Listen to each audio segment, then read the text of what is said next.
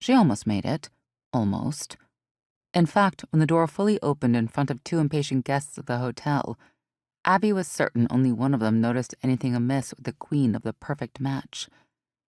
Erato's smirk was knowing, even if it came and went quickly, like an afterthought. Like she had been in a hurry. Like gossip, her favorite thing ever, after a mind-shattering orgasm was no longer of importance. Sabine clearly agreed with Abby's train of thought, because she dismissed the leering Muse with an eye roll before focusing on the person pressing the elevator call button with so much impatience the dings were becoming deafening. There was a peculiar scent in the air, one Abby herself adored, one that she had always associated with earth and soil and rain, with fertility, petrichor. And so it could only be a certain immortal, the goddess of harvest. All a mass of dark curls and moody golden eyes, pushed past them into the elevator and scrunched her nose. Yeah, no petrichor there, Demeter, just sex, Abby thought, with an almost eye roll of her own.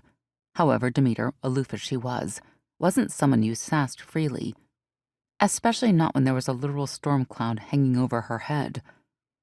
Erato's face was somber as she followed the goddess after allowing Sabine and Abby to exit.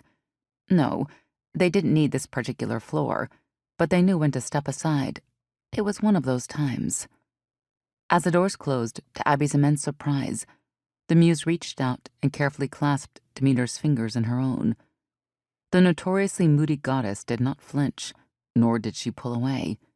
Abby's mouth fell open. Sabine's was prolonged and thoughtful, too prolonged and too thoughtful. Before Abby knew what was happening, the telltale sound of the quiver being pulled and let loose sounded next to her ear, and her cupid eye watched as a silver arrow sailed in the tiny gap between the elevator doors. That's quite a shot. Abby was impressed. Abby was also immensely curious. What had Sabine seen? She was once a fair to middling cupid in her own right, obviously never achieving the heights her spouse had, but still. I have to confess, I saw nothing there, Sabine. Sabine was quiet for a moment, magicking her quiver and arrows away with a wave of her graceful hand, before taking Abby's and leading her towards the bar in the far corner of the floor they had ended up on. When they settled down and their order was taken, Sabine looked back to the elevator doors, now shut, her expression still thoughtful. I must confess, I was not going to go along with Deity's charade, nor was I about to do Zeus's bidding.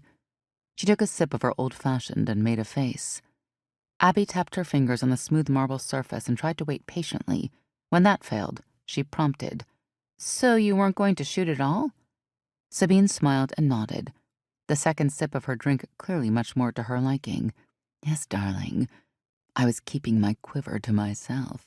Now you're just talking dirty.